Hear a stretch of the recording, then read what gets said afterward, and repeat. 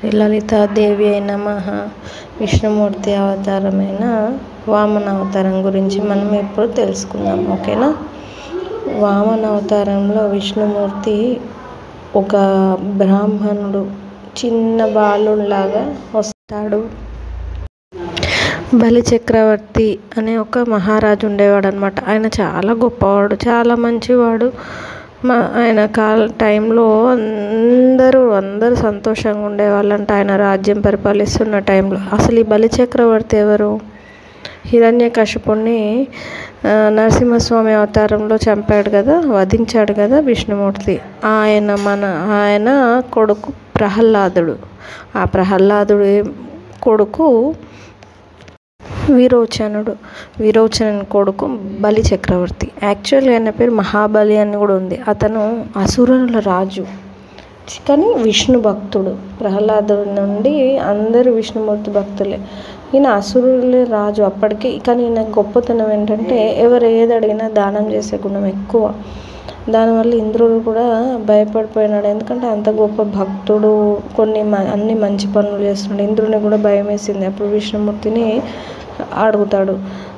ఎందుకంటే ఆయన కొన్ని సిచ్యువేషన్లలో మన పురాణాల ప్రకారం ఇంద్రుడు కొన్నిసార్లు ఆయన స్వర్గానికి అధిపతి కాబట్టి అది ఎక్కడైనా మిస్ అయిపోతుందేమో అని ఇలాంటివి చేస్తూ ఉంటాడు.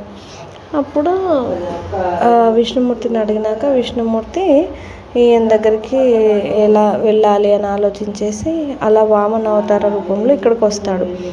ఈయనకి ఆల్రెడీ బలి చక్రవర్తికి గురువు శుక్రాచార్యుడు అందరు దానవులకి గురువే. అంటే అందరు అసురులకి, రాక్షసులందరి గురువు శుక్రాచార్యుల వారే. ఆయన చెప్పాడనమాట ఆల్రెడీ. చెప్తారంటే దాన గుణం ఆచితూచి చెయ్యు, అంటే దానము ఆచితూచి చెయ్యు అని, అంటే ఆలోచించుకోకుండా చెయ్యొద్దు అని, మాట ఇవ్వకు అని చెప్తాడు ఒకసారి. సరే అంటారు. కానీ ఏం జరుగుతుందంటే ఈయన దగ్గరికి విష్ణుమూర్తి ఆ వామన అవతార రూపంలో వచ్చినప్పుడు నాకు 3 అడుగులు ఏం కావాలి అని అడుగుతాడు. అంటే నాకు జస్ట్ 3 అడుగులు ఇవ్వు చాలు అంటాడు. 3 అడుగులు అనేసరికి సరే అని అంటాడు. 3 అడుగులే కదా ఏముంది అని, చిన్న పాదాలే కదా అని అనుకుంటాడు. విష్ణుమూర్తి సరే అన్నాక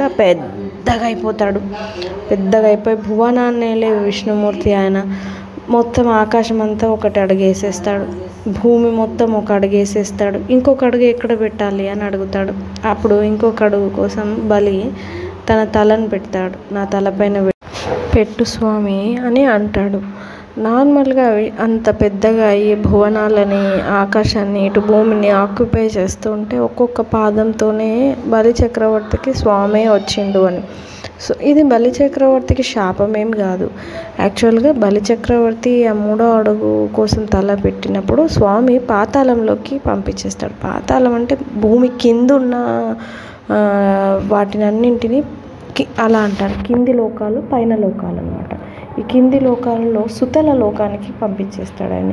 సుతల లోకం అంటే అది ఏంటో అని కాదు, ఏదో బ్యాడ్ అని కాదు, చాలా గొప్పది. స్వర్గం కంటే చాలా భక్తితోని, చాలా లగ్జరియస్ కంటే చాలా గొప్పగా ఉంటుందంట అది.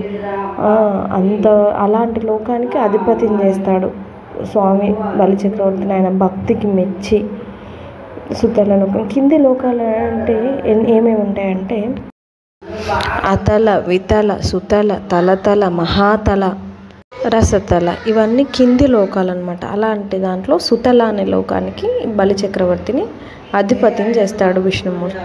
పైన లోకాలు ఏంటంటే భూమి పైన ఉన్న లోకాలు భూవర, స్వర, మహర, జన, తప, సత్యలోకాలు. వామన అవతారంలో స్వామి బలి చక్రవర్తిని ఒక లోకానికి అధిపతి చేసిండు ఆయన భక్తికి మెచ్చి. ఇది వామన అవతారం. రామ్ జై శ్రీరామ్, జై శ్రీరామ్, జై శ్రీరామ్.